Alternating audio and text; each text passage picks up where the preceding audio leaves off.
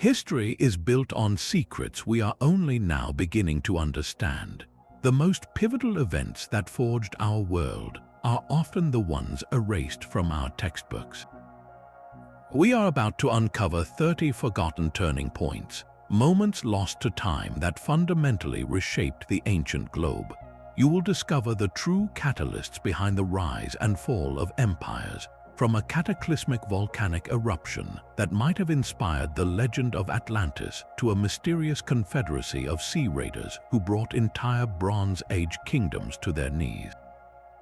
How did a single guarded technological secret democratize warfare across continents? Why did a sophisticated American civilization, older than the pyramids, vanish without a trace? By the end of this journey, you will possess a completely new understanding of how our world was made. What part of the forgotten past are you most curious to reclaim a ghost army swept across the ancient world? Around 1200 years before the Common Era, a mysterious coalition known only as the Sea Peoples launched a series of devastating attacks on the most powerful empires of the Eastern Mediterranean. They struck with terrifying force, leaving a trail of burned cities and collapsed kingdoms in their wake. The mighty Hittite Empire, a superpower of the age, was utterly erased, its capital of Hattusa reduced to smoldering ruins.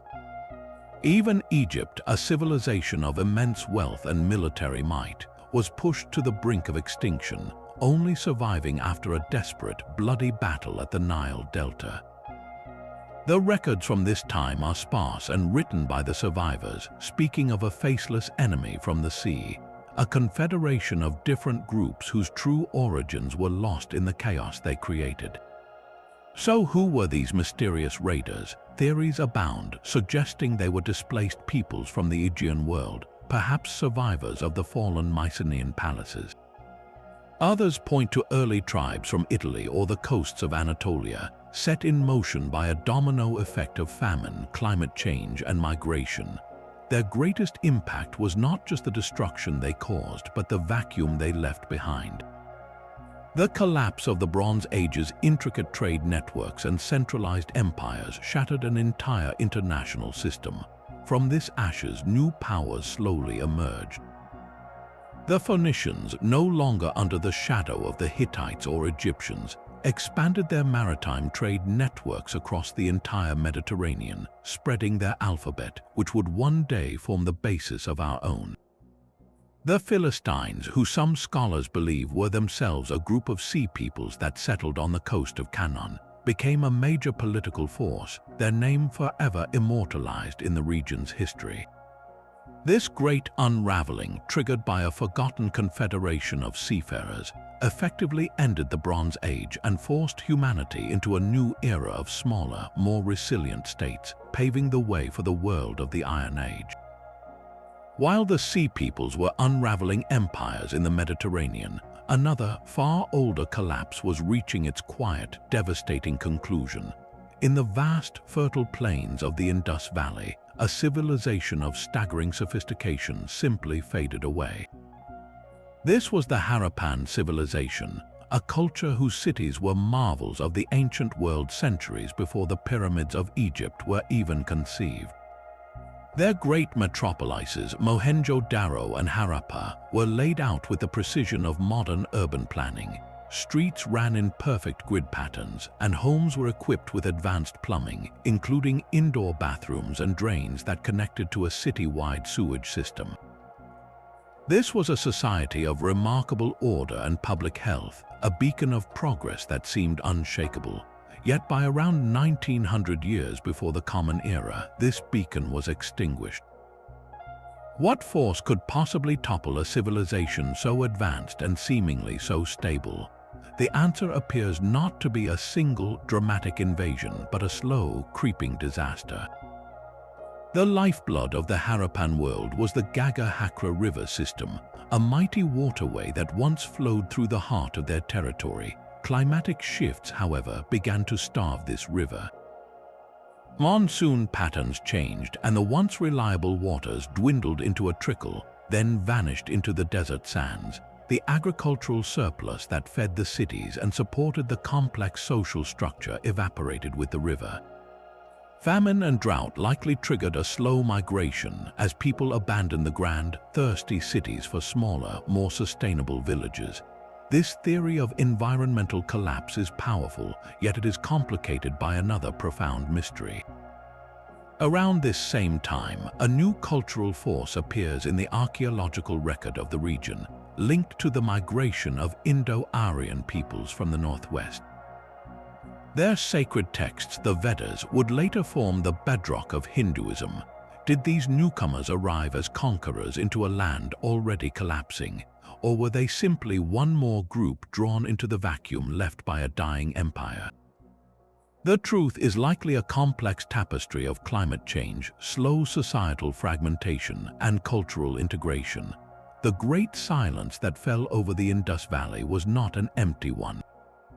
The collapse of this centralized urban civilization left a fragmented landscape, a vacuum into which new, pastoral and village-based societies flowed. The advanced technologies of writing and urban planning were lost, but the cultural substrate of the Harappan people did not vanish entirely. It subtly influenced the emerging Vedic culture, weaving threads of an older world into the fabric of a new one, a quiet legacy from a forgotten collapse that shaped the entire future of the Indian subcontinent. A reversal of power so profound it was almost erased from history. For centuries, the mighty pharaohs of Egypt had viewed their southern neighbor, the kingdom of Kush in Nubia, as a colonial possession, a source of gold and slaves. But the wheel of fortune turns. As Egypt fractured into warring petty states, a new power was rising in the city of Napata, deep in what is now Sudan. The Kushites, far from being simple subjects, had absorbed the very essence of Egyptian culture, religion, and military strategy, and when the time was right, they decided to claim the throne for themselves. Their leader was a king named Pi. He did not see himself as a foreign invader, but as the true heir to a decadent and divided Egypt. He launched a military campaign north, not for mere plunder, but with a stated mission of pious restoration. He was appalled by the chaos and sacrilege he witnessed in the north, and he defeated the squabbling local chieftains one by one. After his victory, he did something remarkable. He required all the defeated princes to pay homage to him not as a conqueror but as a pharaoh, and then he returned to Napata, leaving a reunited Egypt under his control. His successors, however, would make Egypt their home. The most famous of these was Pharaoh Taharqa. His reign marked a golden age of restoration. He embarked on massive building projects across Egypt and Kush, erecting magnificent temples and pyramids that rivaled those of the Old Kingdom. He was a true believer, dedicating himself to the ancient Egyptian gods and reviving traditions that had faded during Egypt's period of weakness. This was not a foreign occupation, but a renaissance led by what history would call the Black Pharaohs. For nearly a century, the 25th dynasty ruled a vast empire stretching from the confluence of the Blue and White Niles all the way to the Mediterranean Sea. The former colony was now the master, a testament to the fluid nature of power and culture in the ancient world. Yet this new order could not last forever. A greater empire was expanding, one with a very different vision for the region. The Assyrian war machine, with its iron weapons and brutal efficiency, began to push into Egypt. Taharqa fought a long and desperate war against them, but he was ultimately driven from his throne. The Assyrians installed a puppet ruler, ending Nubian control and severing the direct link between the two lands. The Kushite kings retreated south, but they did not fade away.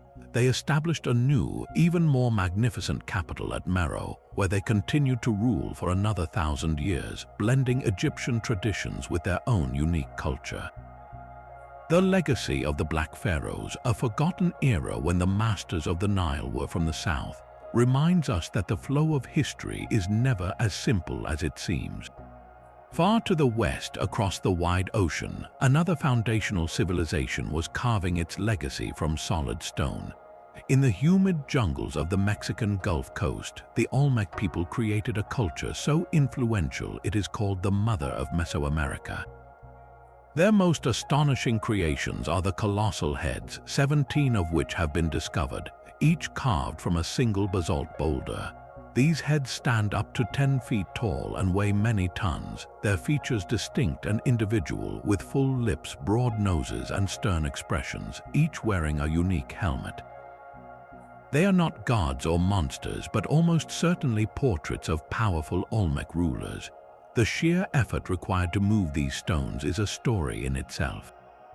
The basalt came from quarries in the Tuxtla Mountains, dozens of miles away from their ceremonial centers.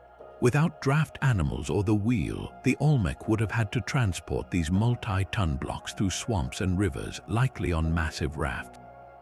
This feat speaks of a highly organized society, one capable of commanding immense labor and controlling vast trade networks that brought jade, obsidian, and other precious goods from across the region. The great Olmec centers like San Lorenzo and La Venta were hubs of this sophisticated world.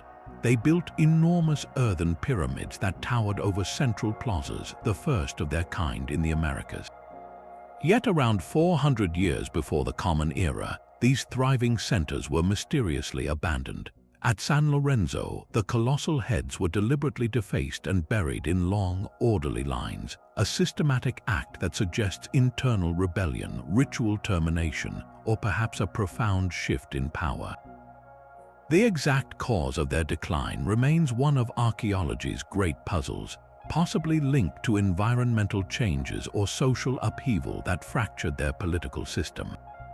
But the Olmec did not simply vanish. Their cultural DNA was woven into the fabric of every civilization that followed.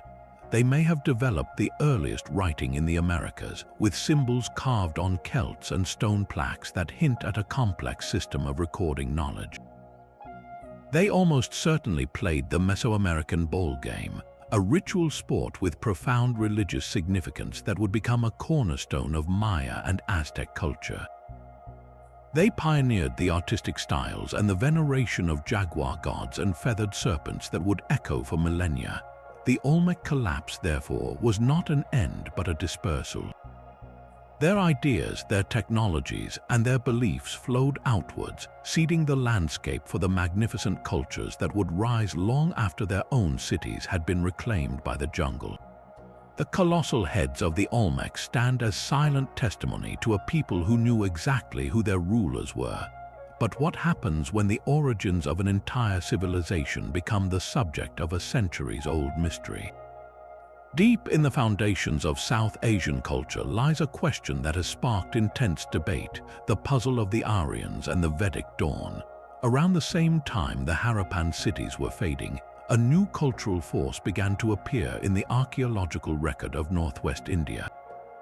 The sacred hymns known as the Vedas, composed in an ancient form of Sanskrit, describe a pastoral, horse-riding people who revered gods of the sky and fire. For many scholars, the linguistic evidence is the master key to this puzzle. Sanskrit, the language of the Vedas, shares striking similarities with ancient Greek, Latin, and even English, all part of a vast family known as Indo-European languages. This shared ancestry suggests a gradual migration, a slow movement of peoples from the steppes of Central Asia, who brought their language and their beliefs into the Indian subcontinent over centuries. The archaeological record seems to support this, showing the introduction of new technologies like the horse-drawn chariot and distinct styles of pottery that spread across northern India. Yet this theory of migration is not the only story. An alternative view, known as indigenous Aryanism, argues that the Vedic culture and the Sanskrit language developed entirely within India itself, that there was no large-scale arrival from the outside. Proponents of this view point to the lack of clear archaeological evidence for a violent invasion and the deep, continuous cultural history of the region. They suggest the Vedas represent an internal evolution of thought, a homegrown philosophy that sprouted from Indian soil. This is far more than an academic disagreement. The interpretation of these ancient events carries immense weight, touching the very roots of cultural and national identity. The theory one accepts fundamentally changes the narrative of how Indian civilization was born. Was it a product of external influences or an unbroken internal creation?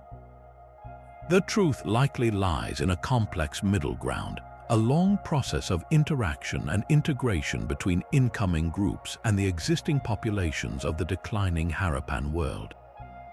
Out of this cultural fusion arose the bedrock of classical Indian society. The Vedic texts themselves, with their hymns to deities like Indra and Agni, became the spiritual foundation of Hinduism. The social structure described in the Vedas, which divided society into broad classes based on function, slowly evolved over time into the intricate and enduring caste system. This forgotten debate over origins, whether migration or indigenous development, is therefore not just about the past. It is the key to understanding the formation of a civilization that would influence philosophy, mathematics, and spirituality for thousands of years, a legacy built on a foundation that remains passionately debated to this day. While the origins of Indian civilization were being debated, a technological secret was being forged in the highlands of Anatolia, one that would shatter the old world order. The Hittites, an empire often remembered only for its rivalry with Egypt, held a monopoly on a material that was stronger, sharper, and more resilient than anything else available: the secret of steel. They were not merely smelting iron, a metal known but rarely used effectively by others. They had perfected a complex process of carburization, heating the iron in a charcoal fire for extended periods to infuse it with carbon, transforming it into a primitive but vastly superior form of steel. This was not a technology they shared. The Hittite kings guarded the methods of their smiths as a closely held state secret, a source of immense power and wealth. Their control over the production of these advanced weapons gave their armies a terrifying edge on the battlefield. Imagine a Hittite charioteer facing an Egyptian soldier. While the Egyptian wielded a bronze sword, a fine weapon, it could bend and blunt upon striking a shield or armor. The Hittite soldier, however, carried a steel blade that remained razor-sharp, capable of shearing through bronze armor and turning the tide of combat. This technological supremacy was the bedrock of their empire, allowing them to challenge the great powers of the age and control vast territories. Their secret, however, could not be kept forever. The very collapse that the Sea Peoples helped trigger, the great unraveling of the Bronze Age, became the vector for this knowledge's escape. As the Hittite Empire fragmented and its capital of Hattusa was abandoned, the skilled smiths who once served the king were scattered. These master metalworkers, now without patrons, took their invaluable knowledge with them, migrating to new lands and selling their skills to whoever could pay. The secret of steel was out. This technological diaspora fundamentally changed the ancient world. Iron ore was far more common and widely distributed than the tin and copper required for bronze. Once the complex smithing techniques were known, nearly every region could produce its own effective weapons and superior tools. Warfare was suddenly democratized. A local chieftain could now arm his fighters with weapons that were almost as good as those of a great king. This shift broke the military monopolies that had defined the Bronze Age and empowered smaller, rising states. The proliferation of iron did not just change combat, it revolutionized daily life. Iron plowshares allowed farmers to till tougher, more fertile soils, increasing agricultural yields. Stronger axes cleared forests more efficiently, and durable tools built sturdier homes. The escape of the Hittite secret did not just end an empire, it effectively ended an era, catalyzing the final, irreversible transition from the Bronze Age into the Iron Age and reshaping the very fabric of human society from the battlefield to the farm. The ground itself tore apart in a cataclysm of fire and ash. Around the 16th century before the Common Era, the volcanic island of Thera, known today as Santorini, exploded in one of the most violent eruptions in the last 10,000 years. The scale is almost incomprehensible. The central part of the island collapsed into a seething magma chamber, creating the vast caldera we see now, while tsunamis, some waves towering over 100 feet high, radiated outward at terrifying speed. They slammed into the northern coast of Crete, just 70 miles away, the heartland of the brilliant Minoan civilization. These were not mere waves, they were walls of water that scoured entire coastal settlements clean, obliterating the Minoan fleet, their palaces, and their vital port facilities in an instant. But the water was only the beginning. A thick, suffocating blanket of volcanic ash began to fall, smothering the island. It poisoned the fertile farmland, making agriculture impossible for years. The fine, abrasive particles clogged the air, making it difficult to breathe and halting all maritime trade, the lifeblood of the Minoan economy. This was not a single disaster, but a cascading series of them, a knockout blow from which the sophisticated Minoan culture could never fully recover. Their magnificent palace complexes, like Knossos, with their intricate plumbing and vibrant frescoes, were left severely damaged and depopulated. The Minoans, a people who dominated the Aegean with their navy and their art, were brought to their knees not by a human enemy but by the fury of the planet. Could such a vivid memory of a glorious civilization vanishing beneath the waves have fueled one of our most enduring myths?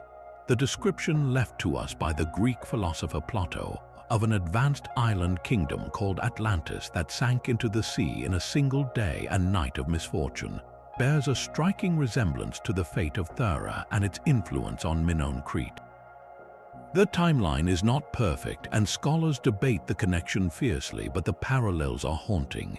A thriving maritime power, incredibly advanced for its time, utterly devastated by a geological cataclysm.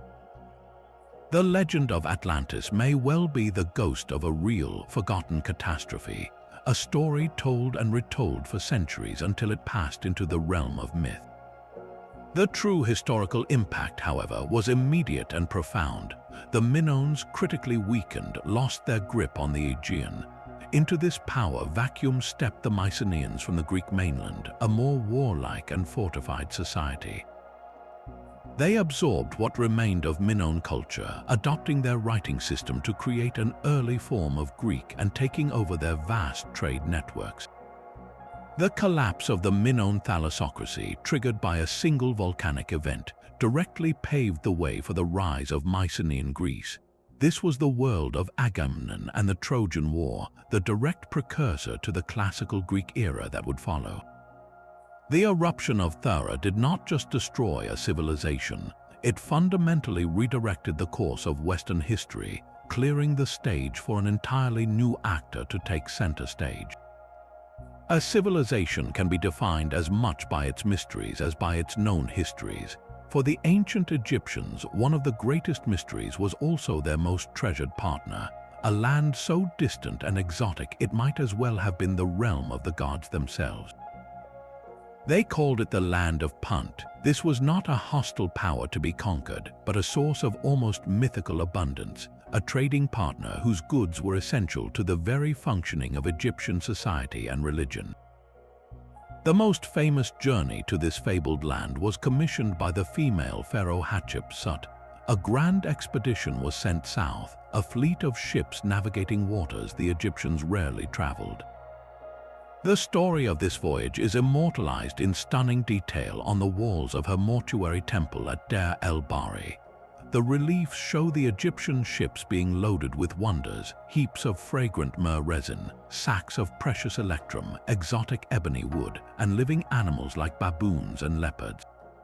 The artists even took care to depict the unique houses of the Puntites, raised on stilts with rounded roofs, and their queen, a figure of distinctive stature. This was not a raid, it was a state-sponsored commercial and diplomatic mission of the highest importance. Yet for all this detailed documentation, the actual location of Punt remains one of Egyptology's most enduring puzzles. Where was this land of gods? The evidence points south, but how far? The most prominent theory places it in the Horn of Africa, likely in the region of modern-day Eritrea, Eastern Sudan, or Somalia. This fits the description of the goods, particularly the frankincense and myrrh trees that Hatshepsut's expedition brought back to Egypt, which are native to that area. An alternative theory, however, suggests Punt was located on the southern Arabian Peninsula in what is now Yemen. This argument hinges on the maritime routes described and the fact that some of the same exotic goods were also available there. The truth is, Punt may not have been a single city, but a regional name for a vast and wealthy network of trade stretching across both sides of the Red Sea. The economic and religious significance of this trade cannot be overstated. Frankincense and myrrh were not mere luxuries, they were the very breath of the gods. These resins were burned as incense in every major temple, the smoke believed to carry prayers directly to the divine. Without a steady supply from Punt, the daily rituals that maintained cosmic order, the core duty of the pharaoh, would have been impossible.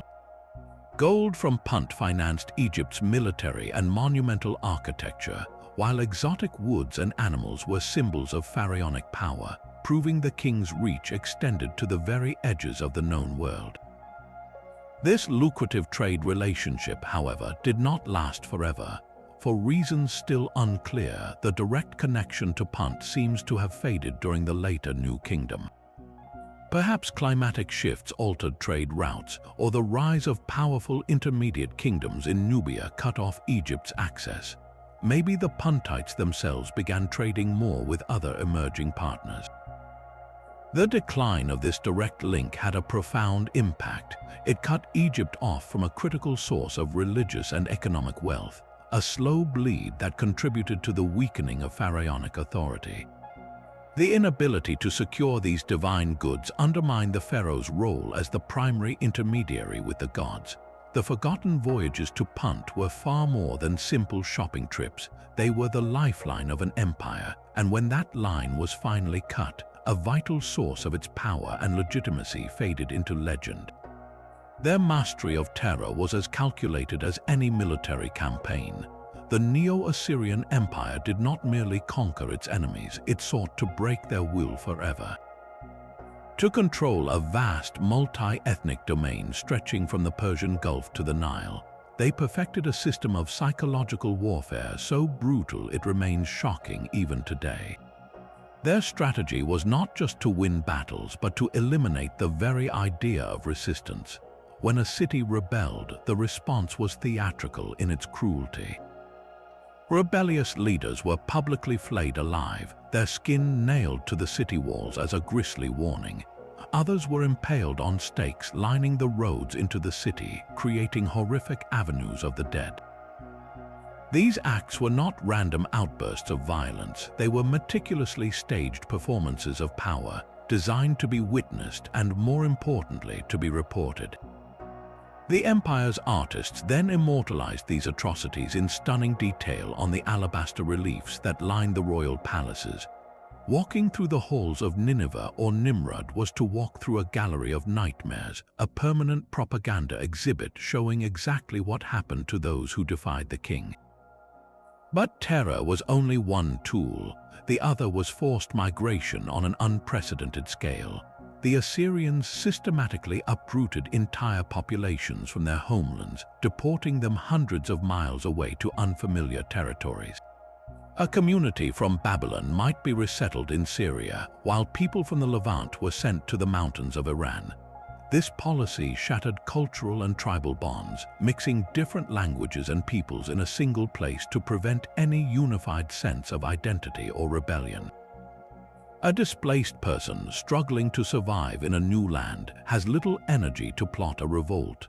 This combination of graphic terror and mass deportation created a chillingly efficient system of control. It allowed the Assyrian state to project overwhelming power and govern a vast empire with a relatively small core army. Why station a large, expensive garrison in every city when the memory of a neighboring ruler's flayed skin could keep the populace in line? The system worked for centuries, forging an empire of unparalleled might. Yet this very success contained the seeds of its own destruction. the empire was built on a foundation of pure hatred. Every flaying, every impalement, every torn-apart family planted a deep and abiding thirst for vengeance in the hearts of the subjected peoples. The Assyrians had no loyal subjects, only terrified hostages. So when the end came, it was total and merciless. A coalition of their bitterest enemies, the Babylonians and the Medes, finally united against them. They laid siege to the magnificent capital of Nineveh, and when its walls fell, they showed no mercy. They slaughtered the population, razed the city so completely that its very location was forgotten for 2,500 years, and systematically smashed the royal statues and reliefs that had proclaimed Assyrian dominance. The empire was not just defeated, it was utterly erased from the earth, a civilization consumed by the very flames of hatred it had spent generations stoking. While the Assyrians ruled through terror, another civilization prospered through connection, a legendary city of silver and tin that vanished into myth. On the sun-baked coast of southern Spain, a mysterious culture known as Tartessos grew immensely wealthy by mastering a trade route that was the lifeblood of the Bronze Age. Greek historians like Herodotus wrote of it as a fabulously rich kingdom beyond the Pillars of Hercules, and many scholars believe it was the same place the Bible calls Tarshish, a source of vast quantities of silver, tin, and other precious metals. Tartessos was not just a city, it was the gateway. It controlled the vital Atlantic tin trade, a resource as strategically crucial as oil is today. Tin, when alloyed with copper, creates bronze, the metal from which empires were forged. But tin was extraordinarily rare in the Mediterranean heartland. The Tartessians acted as the middlemen, sourcing this essential metal from mines in modern-day Cornwall in Britain and Galicia in northwest Spain, then funneling it through their ports to the eager markets of the Phoenicians, Greeks, and the entire ancient world. Their capital was a hub of immense cultural exchange, where local Iberian traditions blended with influences from Phoenician traders who established colonies nearby. They developed a unique written script, one that remains only partially deciphered, a silent testament to their sophistication. Then, around the 6th century before the Common Era, Tartessos simply disappears from the historical record. What happened to this wealthy, pivotal kingdom? One compelling theory points to a natural catastrophe. Geological evidence suggests a major tsunami may have ravaged the coastal regions where Tartessos was likely located, swallowing its ports and farmlands in a single, devastating event. Another possibility is that its downfall was man-made. The rising naval power of Carthage, seeking to monopolize the Western Mediterranean trade, may have conquered or blockaded Tartessos, cutting it off from its partners and strangling its economy. There is also a quieter theory that the city was simply absorbed by neighboring Iberian tribes, its identity fading through cultural assimilation. The loss of Tartessos sent shockwaves across the ancient economy. The reliable flow of Atlantic tin was severely disrupted, creating a supply crisis that likely accelerated the very transition to iron we discussed earlier. The great trade network that linked the misty shores of Britain to the palaces of the Eastern Mediterranean was severed, plunging the western reaches of the known world into a historical dark age. The legendary city of silver became a ghost, its memory preserved only in fragments of text and the enduring mystery of what truly lies buried beneath the marshes of the Guadalquivir River. At the very edge of the known world, a civilization of impossible fusion thrived. In the remote mountains and deserts of Central Asia, far from the Mediterranean heartland of Greece, a kingdom of Greek-speaking Buddhists and Indian-influenced philosophers built magnificent cities. This was the Greco-Bactrian kingdom, a splinter of Alexander the Great's empire that not only survived but spectacularly flourished in isolation. When Alexander's vast territories were divided after his death, one of his generals, Seleucus, claimed the east. From this sprawling domain, Bactria broke away, becoming an independent Hellenistic state that was both a fortress and a crossroads. Its capital, Ai-Khanum, discovered by archaeologists in modern Afghanistan, was a stunning time capsule. Here, a Greek colonnaded gymnasium for athletic training stood just blocks away from a massive step temple that was unmistakably Mesopotamian in design. In the same city, a theater carved into a hillside for performances of Greek drama overlooked a Buddhist stupa, a shrine for meditation and reverence. This was not merely cultural coexistence, it was a profound synthesis. The Greek artistic skill for realistic human form was applied to statues of the Buddha, creating the first ever representations of him in human likeness, a style that would later travel the Silk Road and define Buddhist art across Asia. How did such a distant outpost maintain its Greek identity for centuries? The answer lies in its remarkable wealth and strategic genius. The Greco-Bactrian kings controlled the central artery of the Silk Road long before it was formally named.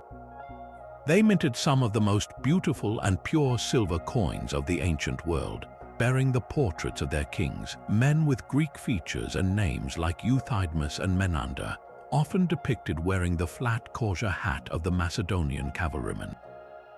This currency became the trusted standard for trade from the Mediterranean to the Yellow River.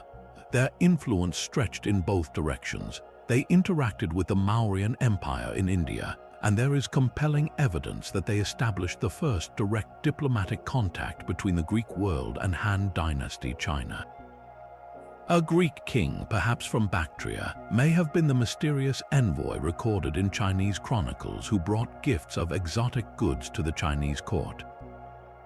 This kingdom was the essential linchpin, the middleman in a global network that connected the two great poles of the ancient world. Yet its very position on the frontier made it vulnerable. From the northern steppes, wave after wave of nomadic confederations began to press against its borders. The Greco-Bactrian kings, for all their cultural brilliance and economic power, could not hold back the tide forever. Around the middle of the 2nd century before the Common Era, nomadic tribes, likely the Yuezhi and the Saka, overwhelmed the kingdom's defenses. Their great cities, including Ai-Khanum, were sacked and abandoned, left to be buried by the desert sands. The fall of the Greco-Bactrian kingdom was more than the collapse of a single state. It was the severing of a direct link. The flow of ideas, art, and goods between East and West was choked off for a time, and the memory of this vibrant, hybrid civilization faded into legend, becoming one of history's most fascinating and consequential dead ends. The scent of divinity had a single source. While empires rose and fell, one kingdom built its fortune on the very air that carried prayers to the gods. In the arid highlands of southern Arabia, the Sabaean kingdom, a civilization immortalized in legend as the land of the Queen of Sheba, mastered a monopoly more valuable than gold. Their wealth was not mined from the earth, but harvested from the sap of scraggly, resilient trees that grew only in this specific region.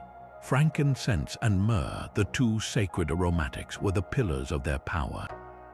To understand their value, you must see them not as simple perfumes, but as the essential fuel for ancient spirituality. In the temples of Egypt, the smoke of burning frankincense was believed to carry Pharaoh's petitions directly to the ears of the gods. In Jerusalem, the massive altar in the temple was perpetually clouded with its sweet smoke as a central part of Jewish worship. From the Zoroastrian-fired temples of Persia to the burgeoning religious ceremonies in Rome and even distant India, no major ritual was considered complete without these precious resins. The Sabaeans controlled every step of this priceless supply chain, from the careful cultivation of the trees in the desolate valleys of Dhofar to the final sale to foreign merchants.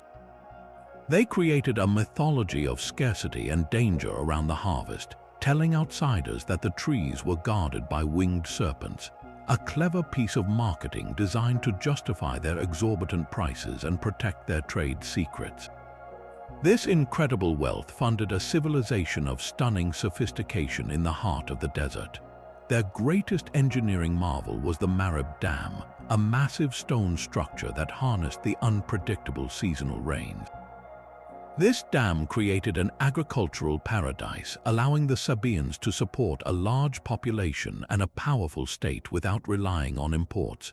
For centuries, it turned their capital into a lush, green hub, a testament to human ingenuity triumphing over a harsh environment. But all monopolies are fragile. The very success of the incense trade bred envy and invited competition.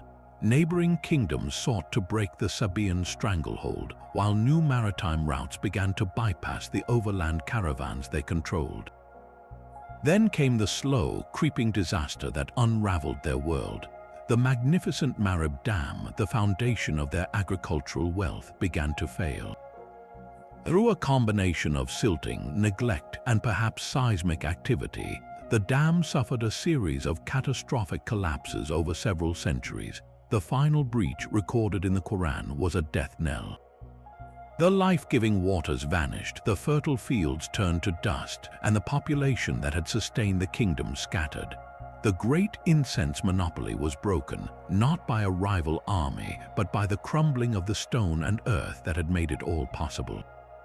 The trade routes shifted to the sea, and the legendary wealth of the Sabaeans faded into the desert winds, leaving behind the ghost of a kingdom that once perfumed the ancient world. The thunder of chariots at Kadesh echoed for generations, a legendary clash between two superpowers. Yet the battle's true legacy was not written in the heat of combat, but in the cool, deliberate script of a clay tablet years later. This was the Treaty of Kadesh, the world's first recorded peace agreement, a document so revolutionary it changed the very concept of power. After a stalemate that exhausted both empires, the Egyptian pharaoh Ramesses II and the Hittite king Hattusili III made a conscious, pragmatic choice. They chose to stop fighting. The terms they negotiated, preserved in both Egyptian hieroglyphs and Hittite cuneiform, were astonishingly modern. It established clear borders, a solemn pledge of non-aggression where each promised not to invade the other's territory. But it went further, creating a mutual defense agreement. If a third party attacked the Hittites, Egypt was obligated to send troops to their aid, and vice versa. These were not just vague promises of friendship, but a legally binding framework for coexistence. Think of that for a moment. These were not neighboring villages, but rival empires that had spent decades in a bitter Cold War, each viewing the other as an existential threat. Yet they agreed to become allies against common enemies. The treaty even included an extraordinary extradition clause, requiring both sides to return each other's political refugees, a clear attempt to prevent espionage and destabilization from within. This was diplomacy on a scale never before attempted. The significance of this forgotten document cannot be overstated. It was a blueprint. For the first time in history, two great powers demonstrated that negotiation could be a more powerful tool than conquest, that stability was more valuable than the fleeting glory of a battlefield victory. It created a durable peace that lasted for the rest of the Hittite Empire's existence, allowing both civilizations to flourish without the constant drain of war. The idea that superpowers could choose peace over perpetual conflict was born not in the modern era, but in the Bronze Age, a powerful testament to a forgotten moment of wisdom that would echo through the corridors of history for millennia to come. A cry of terror echoed from the Alps, a sound the civilized Mediterranean world had never heard before. In the early 4th century before the Common Era, a massive migration of Celtic tribes surged south, their appearance as shocking as their violence. They were tall, with pale skin and hair they bleached with lime into stiff, ghostly manes. They fought with a ferocious abandon, rushing into battle naked but for golden torques around their necks, howling their strange war chants.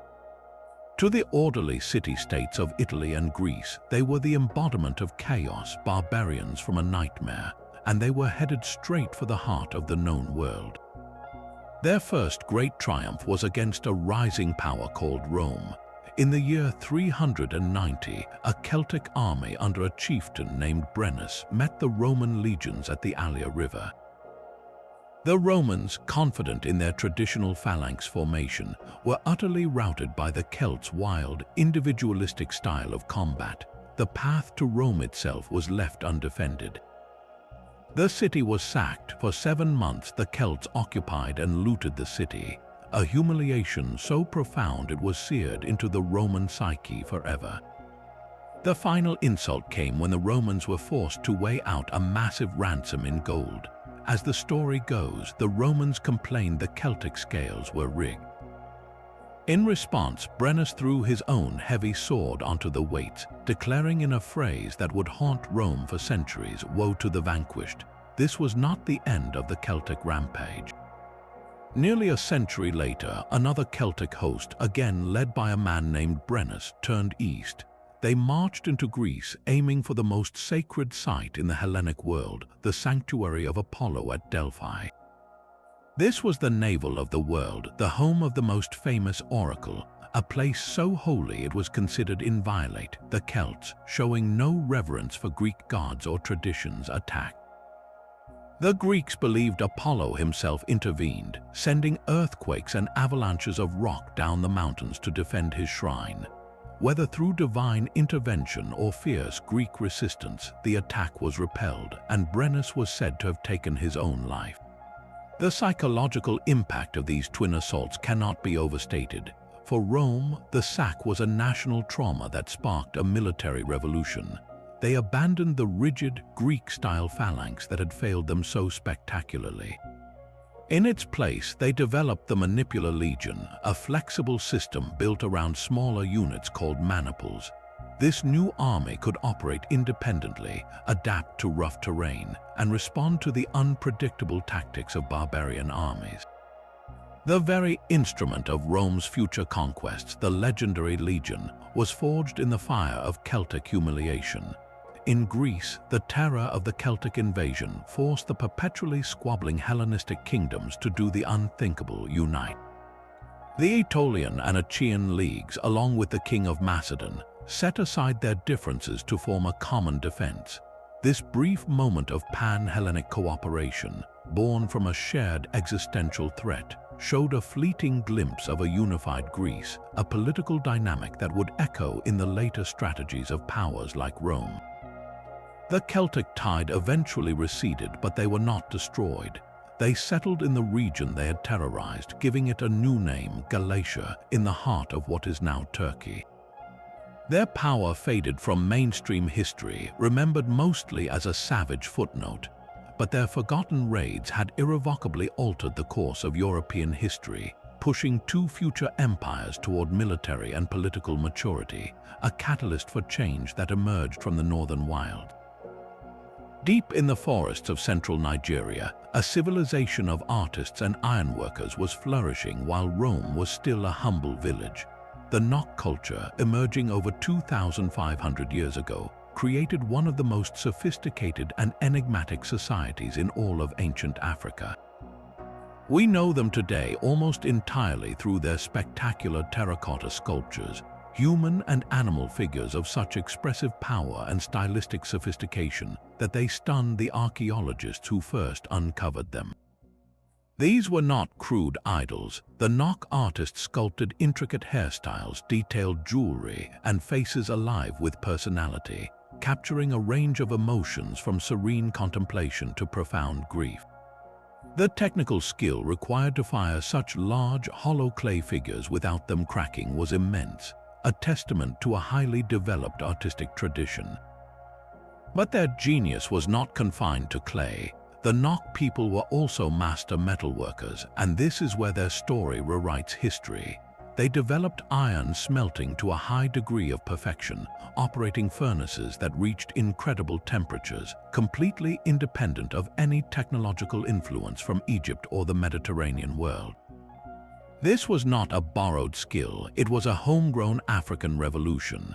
The ability to produce iron tools allowed them to clear dense forests for agriculture with efficient axes, creating the food surplus needed to support their specialized artists and smiths. Iron-tipped spears transformed hunting and warfare.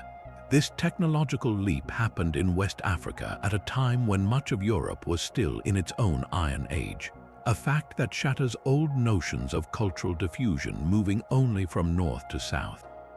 Then, around the 2nd century of the Common Era, the Nok culture vanishes from the archaeological record. What caused the decline of such an advanced society? The evidence points not to invasion, but to a slow environmental collapse. Analysis of the soil suggests that centuries of iron smelting, which required vast quantities of charcoal, may have led to severe deforestation. This loss of tree cover, combined with over-farming and a possible shift in climate, could have eroded the very land that supported them, leading to famine and a gradual dispersal of the population. They did not disappear without a trace, however. Their legacy is a ghost in the machine of later West African history. The magnificent bronze and terracotta artistry of the Yoruba Kingdom of Ife, with its stunning naturalistic portraits of kings, seems to carry an echo of the Nok sculptural genius. The legendary brass casters of the Benin Empire, creators of some of the most exquisite art the world has ever seen, may have been building upon a technological foundation laid down by the Nok 1,000 years earlier. This forgotten civilization, with its independent invention of advanced metallurgy and its breathtaking art, stands as a powerful reminder that the story of human progress was being written with equal brilliance on every continent. A foreign dynasty once sat upon the throne of the pharaohs. For over a century, a people known as the Hyksos ruled the northern part of Egypt from their fortified capital of Avaris in the Nile Delta. The official Egyptian histories, written by the victors who came after them, paint a picture of chaotic and cruel invaders, a plague of Asiatics who swept in and desecrated the sacred land. But the archaeological evidence tells a far more complex and fascinating story. The Hyksos were not a rampaging horde. They were a Semitic-speaking people from the Levant who had lived and traded peacefully in the Delta for generations. Their rise to power was likely a gradual takeover from within, a slow accumulation of influence that culminated in their control when a weakened Egyptian central government could no longer stop them. And their rule, far from being a dark age, was a period of profound technological revolution. They introduced Egypt to the horse-drawn chariot, a weapon that would become the ultimate symbol of pharaonic power. They brought the composite bow, a weapon of layered wood, horn, and sinew with a range and penetrating power that made the Egyptian self-bow obsolete. Their advanced bronze working techniques produced stronger alloys and more effective tools and weapons. They even introduced new musical instruments and agricultural methods, transforming Egyptian culture from the ground up. The Egyptians, fuming in their southern capital of Thebes, watched and learned. They saw the sheer military effectiveness of the Hyksos war machine, and they understood that to defeat this enemy, they would have to become like them. A series of fierce southern pharaohs began a war of liberation, adopting the very chariots and composite bows they had once faced in battle. After a long and brutal conflict, the Theban king Ahmose I finally stormed Avaris and expelled the Hyksos rulers, reuniting Egypt and founding the glorious new kingdom. This was the ultimate irony. The very technologies the Egyptians had despised as foreign became the foundation of their own empire. The new kingdom pharaohs, the most famous in all of Egyptian history like Hatshepsut, Thutmose III, and Ramesses II, rode into battle on Hyksos-style chariots, firing Hyksos-style bows. Their imperial conquests, which stretched into Syria and Nubia, were made possible by the military revolution their hated enemies had introduced. The Hyksos were written out of history as barbaric shepherds, but in truth, they were the unlikely architects of Egypt's golden age, a stark lesson in how innovation often arrives from the outside, even when it is unwelcome. While the Assyrian Empire perfected the art of terror, its last great king pursued a very different kind of power, the power of the written word. In his capital of Nineveh, Ashurbanipal assembled something the world had never seen before, a library designed to contain the entirety of human knowledge. This was not a haphazard collection of royal records, but a deliberate, systematic project to gather every significant text from across Mesopotamia. His scribes traveled to the ancient cities of Babylon, Nippur, and Uruk, borrowing or copying the contents of their temple archives and scriptoriums. Back in Nineveh, teams of scholars worked to organize, catalog, and copy these tablets, creating a central repository of wisdom. The result was a collection of over 30,000 cuneiform tablets, each one carefully inscribed with the intricate wedge-shaped script. The scope of this collection was breathtaking. It held medical texts detailing diagnoses and complex herbal remedies, some of which would not be out of place in an early doctor's manual. It contained astronomical records that meticulously tracked the movements of planets and stars, allowing priests to predict eclipses and create calendars. There were mathematical tables, legal codes, religious hymns, and detailed omen texts that priests used to interpret the will of the gods through events like the flight of birds or the shape of a sheep's liver. But the library's greatest treasure was literature, most famously the Epic of Gilgamesh. This masterpiece, the world's oldest great work of literature, tells the story of a legendary king's quest for immortality, a tale of friendship, loss, and the acceptance of human mortality. Without Ashurbanipal's obsessive drive to collect, this epic, along with the foundational myths of the flood and the Garden of Eden that it influenced, might have been lost forever.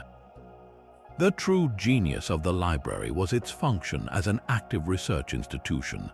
It was a place where knowledge was not merely stored but studied, compared, and standardized.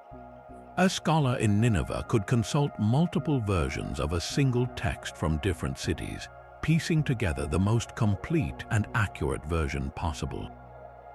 This systematization created a canon of Mesopotamian thought that would influence the region for centuries.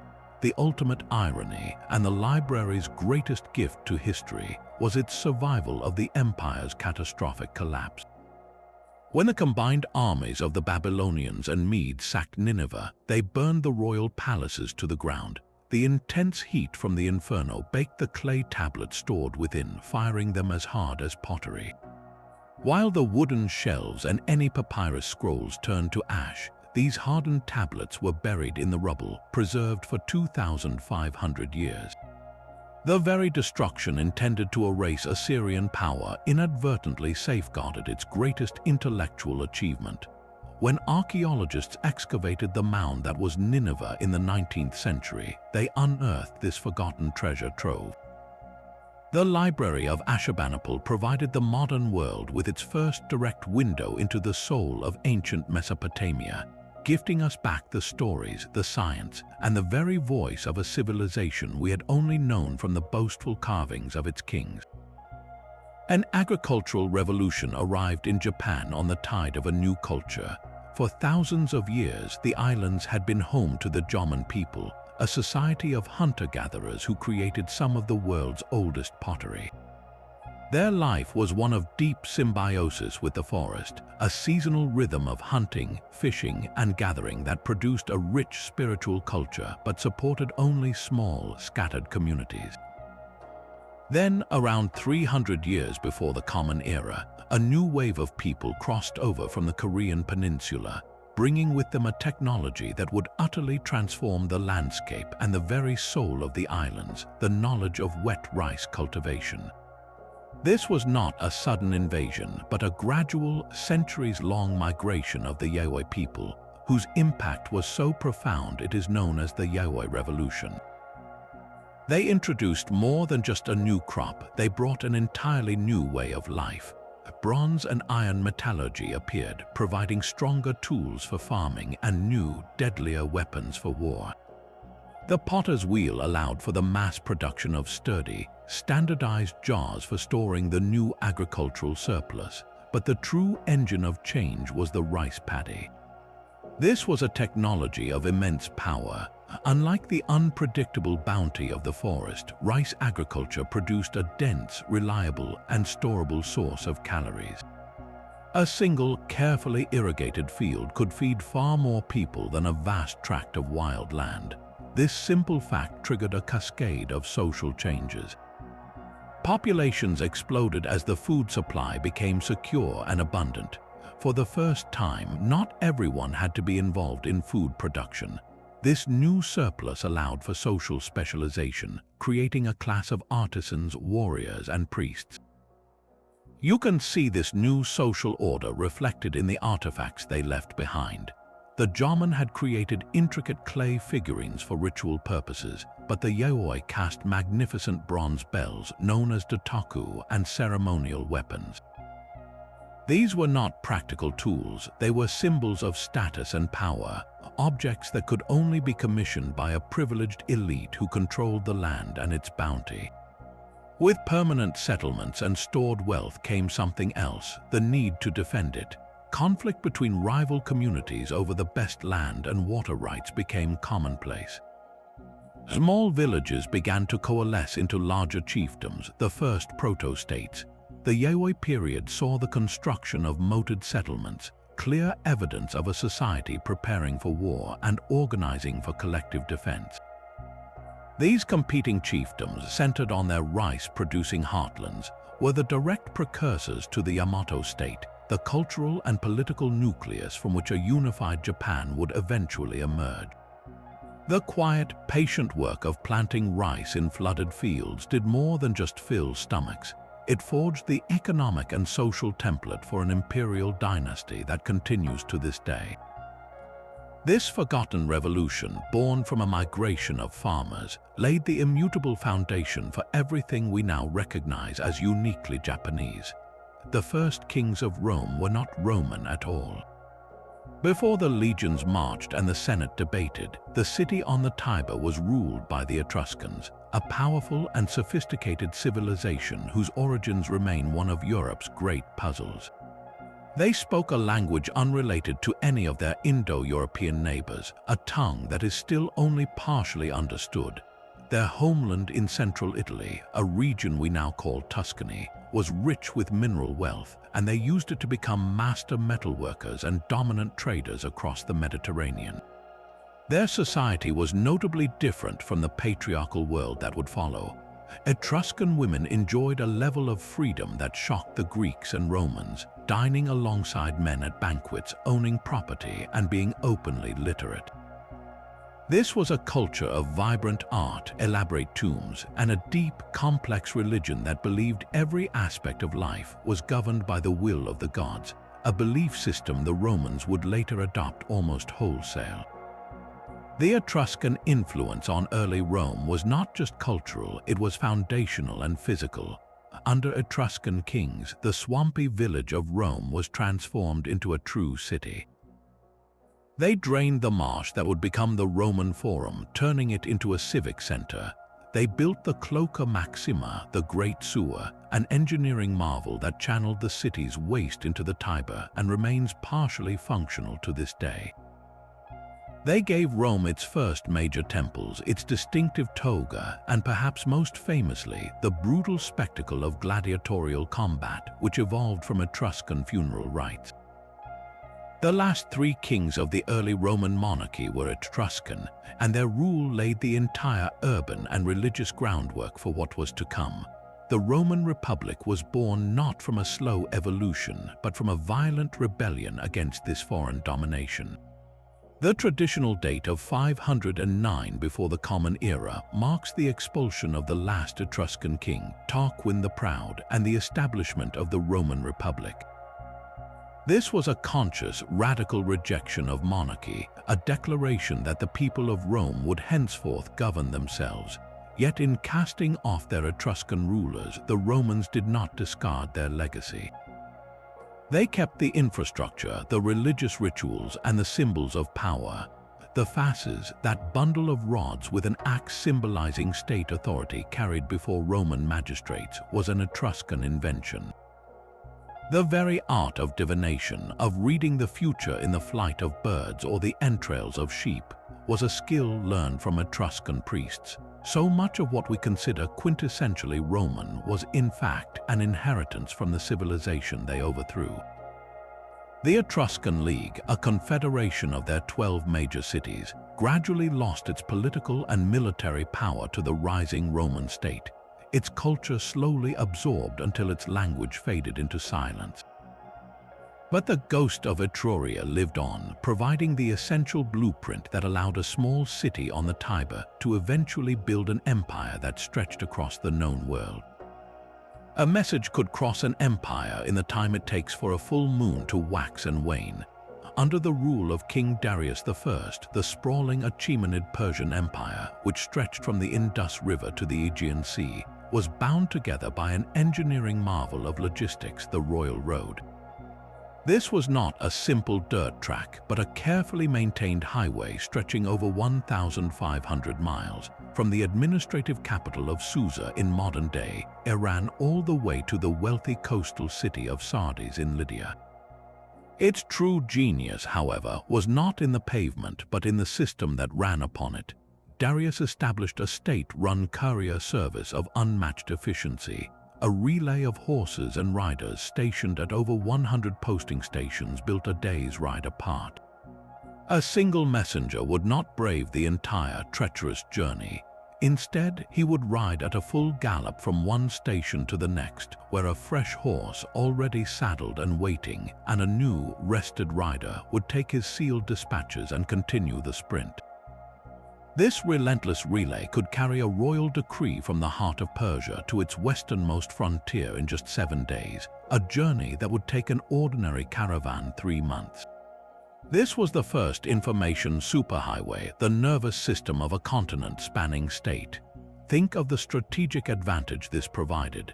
A rebellion brewing in Egypt could be reported to the king, and his orders for troop movements could be back in the hands of his satrap, the regional governor, before the insurgents had even finished fortifying their positions. Tax revenues, the lifeblood of the empire, could be counted, reported, and transported with unprecedented speed and security. The road also carried more than just official commands. It was a conduit for culture, art, and ideas. Babylonian astronomers could share their star charts with Greek philosophers. Lydian merchants could introduce new goods to the markets of Persepolis. The flow of information along these well-guarded routes helped to create a common imperial culture, a shared Achaemenid identity that eased the governance of dozens of different peoples and languages. The Royal Road was the ultimate tool of imperial control, proving that in the ancient world, speed of communication was a far greater source of power than the sheer number of soldiers. Its forgotten legacy is the blueprint for every postal service and communication network that followed, a testament to the idea that to control a vast territory, you must first master the paths that connect it. Their elaborate rituals were meant to appease the gods, but the heavens delivered a punishment beyond any offering.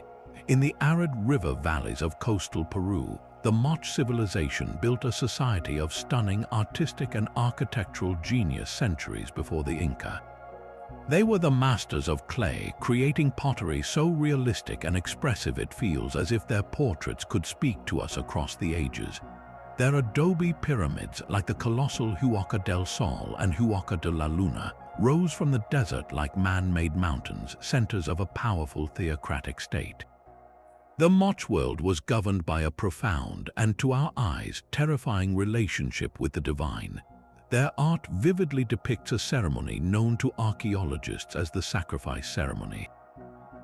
This was not a simple act of killing, but a complex ritual drama.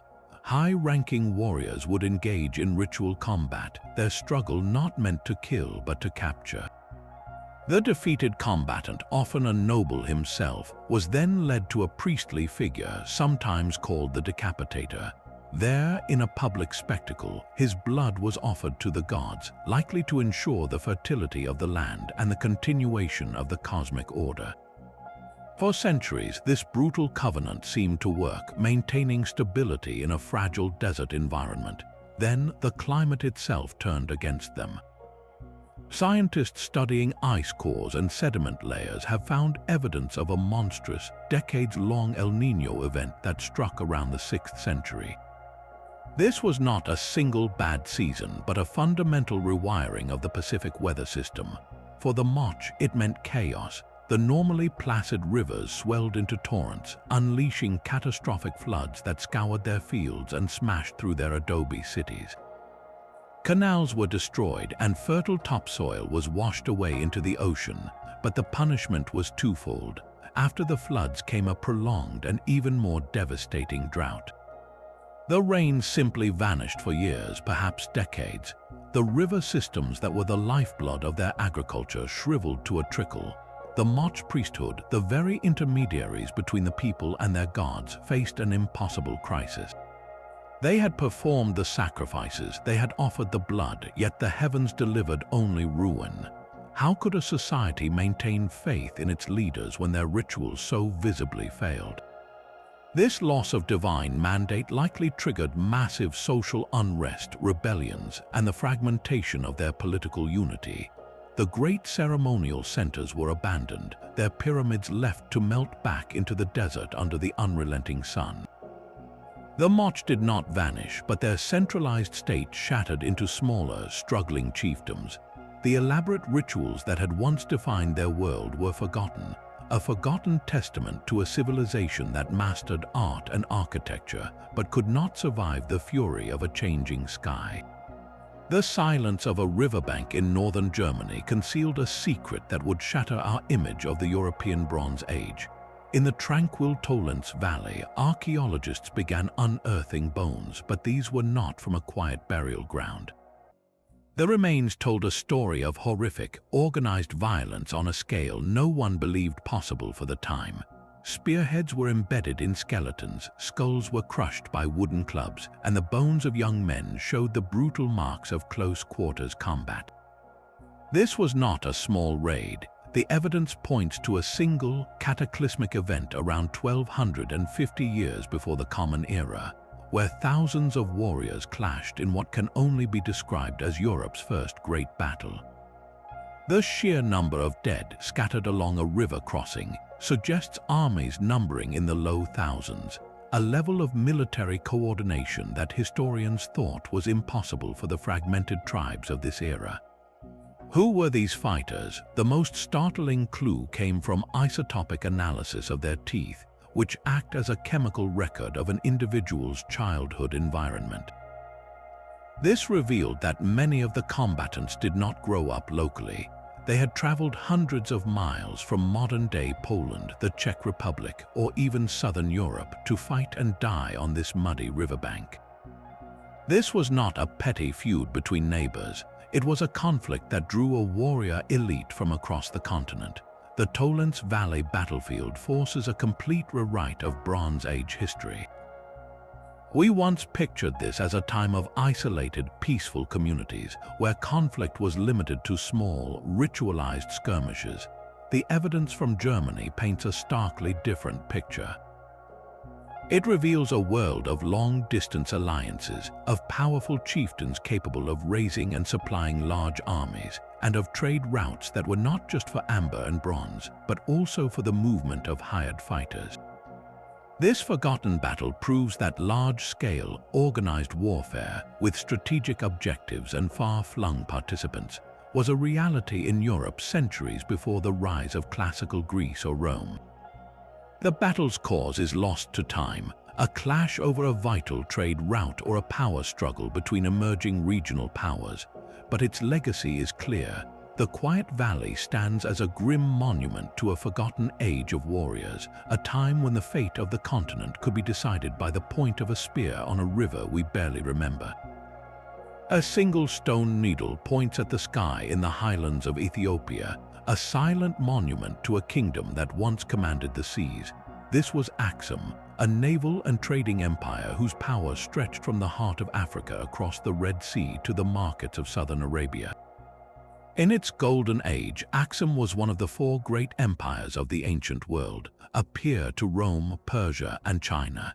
Its wealth was legendary, built on a brilliant commercial monopoly. Axum controlled the trade of ivory, frankincense, and most importantly, a mysterious substance the Romans craved, known only as the cinnamon of the East. Their massive merchant fleet sailed the monsoon winds to India and perhaps even to Ceylon, while their powerful navy kept the Red Sea safe for their convoys. The true symbols of their ambition, however, were their stelae, the great obelisks that towered over their capital city. These were not mere pillars, but multi-story representations of palaces, carved from single blocks of granite and standing over 100 feet tall. Erecting these colossal stones required engineering genius and a society capable of organizing immense labor, a clear declaration that Axum was a civilization of the first rank. A pivotal shift occurred in the 4th century when King Azana converted to Christianity, making Axum one of the very first empires to embrace the faith.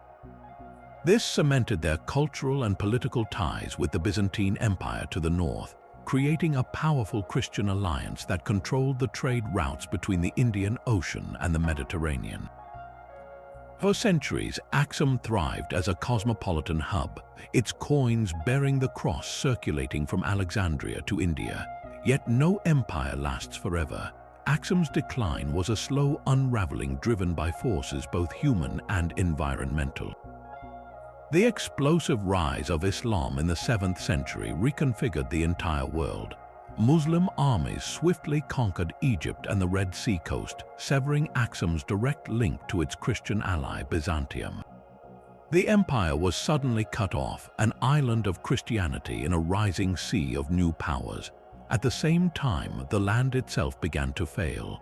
Centuries of intensive agriculture to feed the growing population likely led to soil exhaustion and erosion. A shifting climate may have brought less reliable rains, slowly strangling the agricultural surplus that supported the state and its armies. The mighty capital was gradually abandoned, its people migrating to the more defensible highlands. As Axum faded from the world stage, its memory underwent a strange and powerful transformation in the European imagination. Cut off from the East, medieval Europeans began to whisper about a lost Christian kingdom of immense wealth and piety, ruled by a priest-king named Prester John, who was supposedly waiting in the East to come to the aid of his fellow Christians. This mythical figure, a beacon of hope during the Crusades, was almost certainly a distorted echo of the real, forgotten Axumite Empire. The kingdom did not die, it simply retreated and evolved, its legacy living on as the spiritual and political ancestor of the medieval Ethiopian Empire.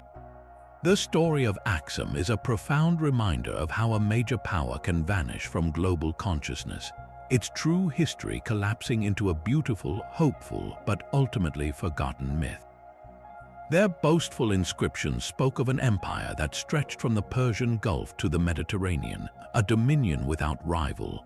The Akkadian Empire, forged by the legendary Sargon the Great, was the world's first true empire, a centralized state that seemed destined to rule forever. Then, from the harsh Zagros Mountains to the east, came a people the Akkadians had dismissed as primitive hill tribes, the Gutians. Later Babylonian and Sumerian chroniclers, writing long after the fact, painted them as monstrous subhumans, a horde of vicious barbarians who knew nothing of civilization, of gods, or of proper kingship. They were described as a force of pure chaos, sweeping down from their mountains to deliver the killing blow to a golden age. The reality was likely far more complex. The Akkadian Empire, for all its power, was straining under its own weight. A crippling drought, perhaps lasting for decades, was causing widespread famine and social unrest across Mesopotamia. The imperial administration, stretched thin, was struggling to control its vast territories. The Gutians did not so much shatter a healthy empire as they pushed over a structure already rotten from within. Their raids exploited the empire's weaknesses, cutting supply lines and sacking cities until the central authority in the capital of Akkad simply collapsed. For a brief but shocking period, these nomadic warriors from the mountains ruled over the heartland of Mesopotamian civilization. Their chieftains even placed themselves on the imperial throne, claiming the title of King of Sumer and Akkad. To the sophisticated city dwellers of and Yorok, this must have felt like the world turning upside down, a profound humiliation. The Guotian interregnum, as it is known, lasted for less than a century, but its impact was seismic. It demonstrated a terrifying new reality that even the most powerful and organized state was vulnerable to pressure from the nomadic periphery. The very concept of empire, of centralized control over diverse peoples, had proven fragile.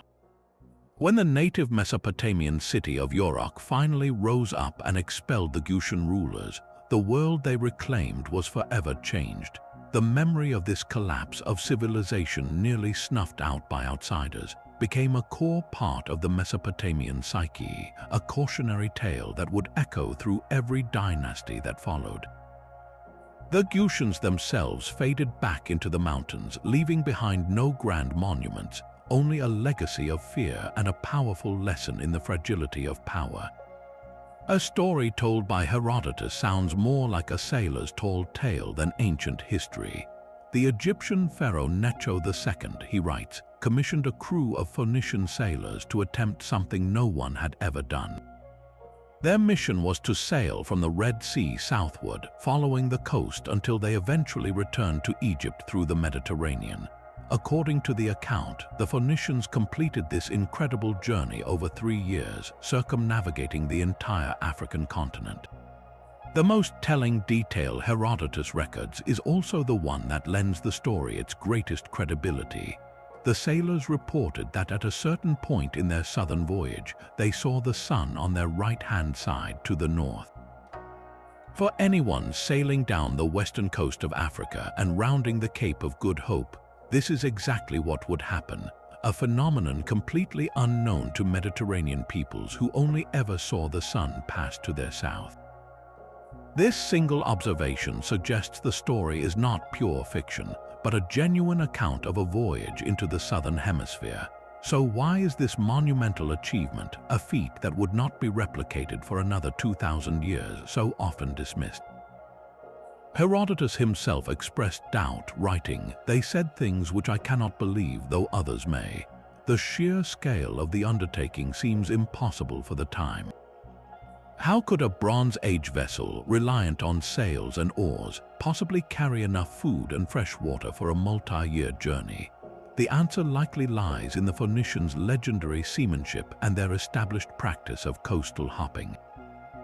They would not have sailed continuously out of sight of land, but would have made frequent stops to resupply, hunt, and trade with local communities along the African shoreline.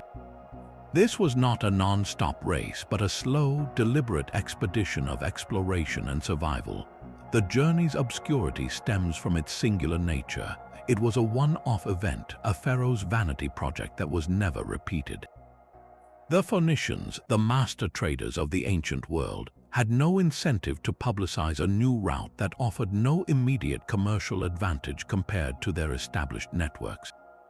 The knowledge was likely kept as a state secret and then lost when Necho's dynasty fell. This forgotten voyage forces us to reconsider the limits of ancient exploration. If a single ship could circle a continent, what other secrets of the map did the ancients possess that simply faded from memory, lost to the silence of the sea? Their constant raids were a nightmare for the settled farmers of China. From the vast, wind-swept steppes of Central Asia, the Qiongnu Confederacy emerged as the first true nomadic empire, a mobile and terrifying force of horse archers who could strike without warning and vanish back into the grasslands. Their power was not in cities or written laws, but in their profound mastery of the horse and the bow, and their ability to unite dozens of tribes under a single ruler, the Qiongnu. This was not a random collection of bandits, but a sophisticated political and military machine that mirrored the Chinese state in its complexity and ambition. The existential threat they posed was so immense that it fundamentally reshaped China itself. The first emperor, Qin Shi Huang, is famous for connecting the existing walls of northern states, but his motivation was singular: to create a permanent barrier against the Qiongnu cavalry. This monumental project, which cost countless lives, was a desperate attempt to wall off chaos. The early Han dynasty learned this lesson the hard way. Their first major confrontation ended in a catastrophic defeat. forcing the Chinese to send humiliating tributes of silk, wine, and even royal brides to the Chanyu in a bid to buy peace. This was not a treaty between equals, but a form of extortion that grated on the Chinese soul. The Han Emperor Wu decided this could not stand. He launched a series of enormously expensive, decades-long campaigns deep into the steppe, seeking to destroy the Xiongnu at their source. These wars stretched the Chinese treasury to its breaking point, but they also produced legendary generals and pushed Chinese power further west than ever before, indirectly opening the corridors of the Silk Road.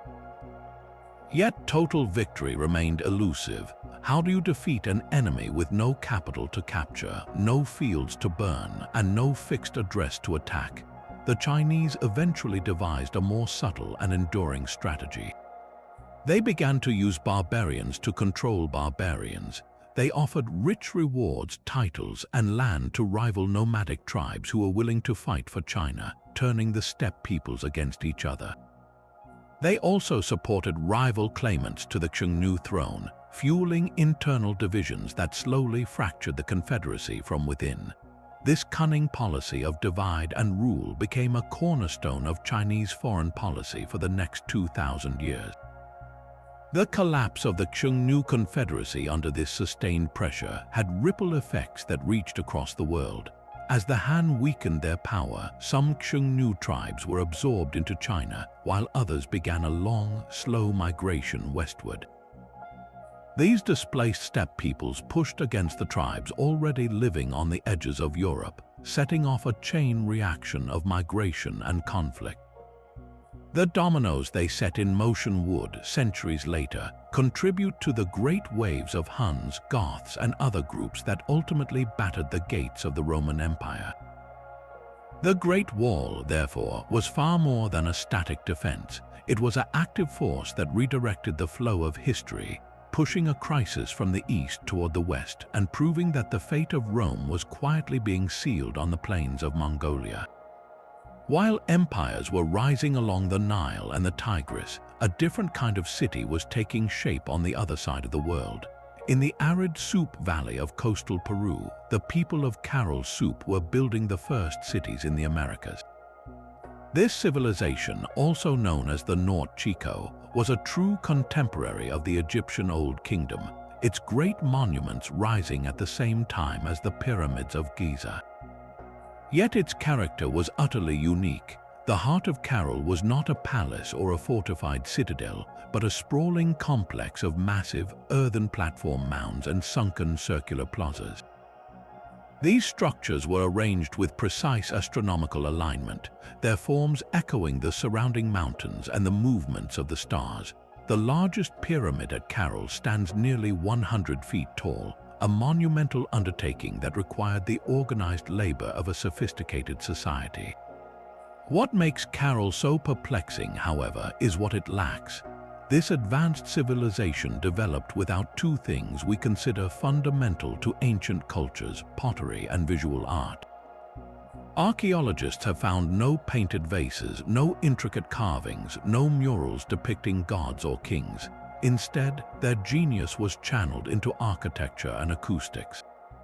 The sunken circular plazas appear to have been designed for public gatherings and musical performance, with conch-shell trumpets found at the site that would have created a powerful, resonant sound in those enclosed spaces. How did such a complex society function without the visual symbols we associate with power and belief? The answer may lie in their economy, which was built not on grain but on cotton. The Carol Soup people cultivated vast fields of cotton in the inland valleys, which they used to create the sophisticated fishing nets that harvested the incredibly rich waters of the Pacific. This created a powerful economic engine: cotton for nets from the valleys and an abundance of fish from the ocean. This surplus of maritime protein fueled the population and freed up labor for the colossal building projects. They were master traders, exchanging their fish and cotton for goods like the spondylus shell, a sacred item that came from the warm waters off Ecuador. This was a civilization built on commerce and cooperation, not conquest. The true legacy of Carol Soup is not in the artifacts it left behind, but in the patterns it established. The architectural template of the platform mound and the sunken circular court became the blueprint for Andean civilization for the next 4,000 years. The very idea of organizing society around a ceremonial center, with a priesthood or elite class directing labor for monumental construction, began here. Carol was the foundational culture, the wellspring from which all subsequent Andean societies, including the Chavin, the Moche, and eventually the Inca, would draw their basic social and architectural identity. Its quiet, mysterious decline around 1800 years before the Common Era did not erase its influence. It simply set the stage, leaving a forgotten model that would be rediscovered and reinvented again and again across the millennia. Their stone temples still stand as the oldest free-standing structures on Earth, predating even the Great Pyramids of Giza. On the tiny Mediterranean islands of Malta, a mysterious and isolated people carved a civilization from solid limestone, creating monumental complexes like Gigantoja and Haga Kim. These were not simple shrines, but sprawling labyrinths of curved walls and altars, constructed with colossal stone blocks that required a staggering communal effort. The architecture itself was a form of worship, with precisely aligned corridors and chambers that channeled the light of the solstice sun into the deepest, most sacred spaces. The spiritual life of these people, however, is revealed not by their grand structures, but by the small, intimate objects they left behind. Across the temples, archaeologists have unearthed thousands of figurines, and the most striking are the statues of immensely corpulent women. These are the so-called fat ladies, figures with massive hips, thick thighs, and pendulous breasts, often depicted reclining in a posture of serene power. They are not portraits of individuals, but symbols of an overwhelming, life-giving force. This was a society that venerated the mother goddess in her most primal form, as the source of fertility, abundance, and the very cycle of life and death. The cult of the fat lady was the central pillar of their world, a belief system that sustained them for over 1,000 years and motivated the construction of their incredible temples. Then, around 2,500 years before the Common Era, this sophisticated culture vanished without any sign of invasion or war. The temples were not destroyed, they were simply abandoned, left to the elements. What could cause such a complete and sudden collapse? One compelling theory points to the fragility of their island home. Centuries of intensive farming and deforestation may have led to catastrophic soil erosion, stripping the land of its ability to feed the concentrated population that the temple culture required. Another, more haunting possibility involves their own religious devotion. The society may have become trapped in a cycle of extreme piety, where an ever-growing priestly class demanded more resources and labor for temple construction and elaborate rituals. This could have created a theocratic tyranny that eventually broke under its own weight, leading to a popular revolt or a total loss of faith when the gods failed to deliver them from hardship. The most peaceful theory suggests they simply exhausted their resources and dispersed, their unique cultural identity dissolving as they assimilated with other peoples. The silent temples of Malta stand as a profound reminder that even the most spiritually unified and architecturally brilliant civilization is not immune to the slow creep of environmental decay or the internal pressures of its own beliefs. Their language was the common tongue of commerce from the Yellow River to the Black Sea.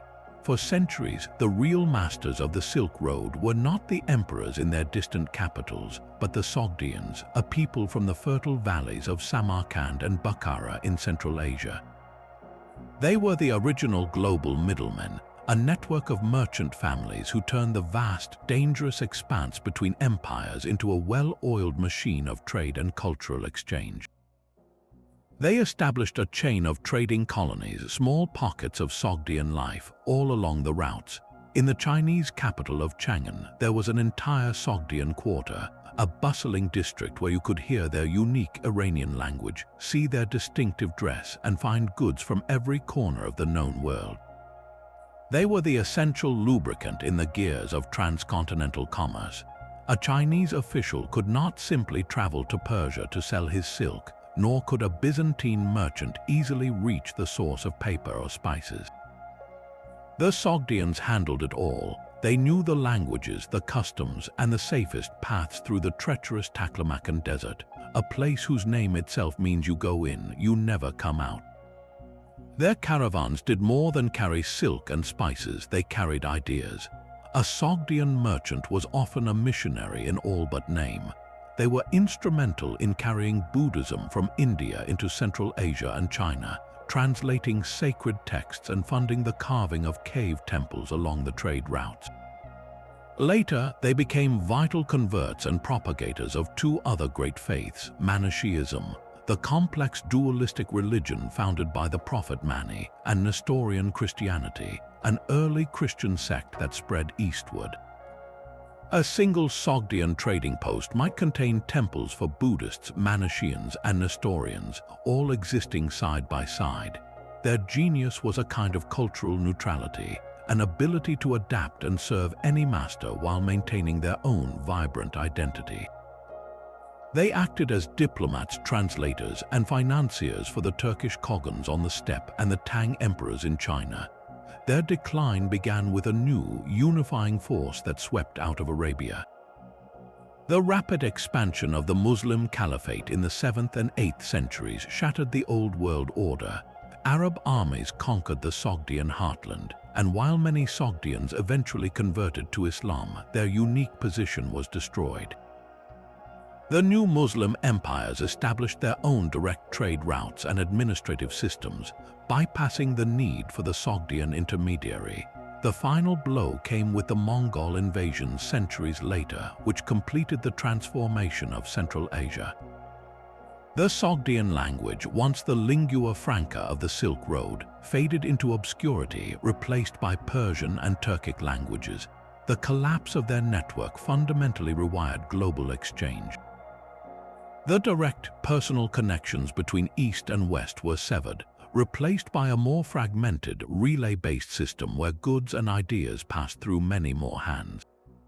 The loss of the Sogdians, the cosmopolitan glue that held the Silk Road together, meant that the East and the West would grow more distant, their exchanges more filtered and less intimate, a change that would shape 1,000 years of history. Their great houses rose like palaces from the dry red rock of the desert. In the high desert of the American Southwest, the ancestral Puebloan people, sometimes called the Anasazi, engineered a cultural phenomenon centered on Choco Canyon. This was not a city in the traditional sense, but a ceremonial and economic hub of staggering sophistication. They constructed monumental great houses, multi-story structures with hundreds of rooms, aligned with breathtaking precision to the cycles of the sun and moon. At the center of it all was Pueblo Bonito, a colossal D-shaped complex that stood 5 stories tall and contained over 600 rooms, a testament to a society capable of organizing labor on a massive scale. The true genius of Choco, however, stretched far beyond the canyon walls. They engineered a network of perfectly straight roads over 30 feet wide that radiated outwards for hundreds of miles, connecting over 150 outlying communities to the central canyon. These were not mere paths for trade, but sacred avenues, processional ways that unified a vast region under a shared spiritual and cultural identity. The entire system was governed by an advanced understanding of astronomy. A single dagger of sunlight piercing a spiral petroglyph on a cliff face marked the summer solstice, a celestial calendar carved in stone. This knowledge dictated the timing of ceremonies, the planting of crops, and the very rhythm of life. Then, in the 12th century, this intricate world came to a sudden and dramatic end. The great houses of Choco were meticulously sealed and abandoned. Why would a people walk away from such a monumental achievement? The answer lies in the sky, which for 50 years refused to give up its reign. A prolonged megadrought, one of the most severe in North American history, gripped the region. The delicate balance of desert agriculture collapsed. The corn and beans that fed the concentrated population in Chaco withered in the fields. The water storage systems, so carefully maintained, ran dry. This was not a single bad season, but a creeping, relentless disaster that stretched across generations. The social contract that held the Chaco phenomenon together, the power of the elite who commanded the labor for these great projects, fractured under the strain of hunger and thirst. The system was too centralized, too dependent on a fragile environment that could no longer support it. The people did not vanish. They made a conscious choice to disperse, breaking into smaller, more resilient family groups. They migrated to areas with more reliable water sources, settling along the Rio Grande and on high mesas. In these new homes, they carried the cultural legacy of Chaco with them. They continued their traditions of pottery, their complex ceremonies, and their profound connection to the land. The descendants of these migrants are the Pueblo peoples of today, the Hopi, the Zuni, the Acoma, and the Rio Grande Pueblos. The great abandonment of Chaco Canyon was not an extinction, but a transformation, a strategic retreat that allowed a culture to survive by adapting, ensuring its continuity in the face of a changing world. From the silent temples of Malta to the war-torn riverbank at Tolens, these 30 forgotten events reveal a history far richer and more intricate than any textbook could contain. They are not mere footnotes, but the very hinges upon which the door of our past has swung. The grand narrative of civilization, it turns out, is not a single, straight path, but a complex tapestry woven from countless threads, many of which were deliberately snipped away or simply faded with time. The rise and fall of empires was rarely a simple story of great leaders and epic battles. More often, it was triggered by forces we are only now learning to see. A trade route lost to a tsunami, a climate shift that turned farmlands to dust, a single battle in a German valley that rewrote our understanding of Bronze Age Europe, or a technological secret like steel escaping a dying empire. These overlooked catalysts prove that our world was shaped not only by kings and conquerors, but by merchants, farmers, smiths, and the unforgiving whims of the planet itself. The lesson here is profound. To truly understand where we come from, we must always look deeper, to question the standard story and dig for the hidden connections. History is a living, breathing puzzle, and every piece we recover changes the entire picture. So we turn this discovery over to you. Share in the comments below which of these forgotten events you found most shocking. Was it the Black Pharaohs of Kush, the mysterious sea peoples, or the independent invention of iron in West Africa? And tell us, which ancient mystery should we explore together next? The past is waiting to be remembered.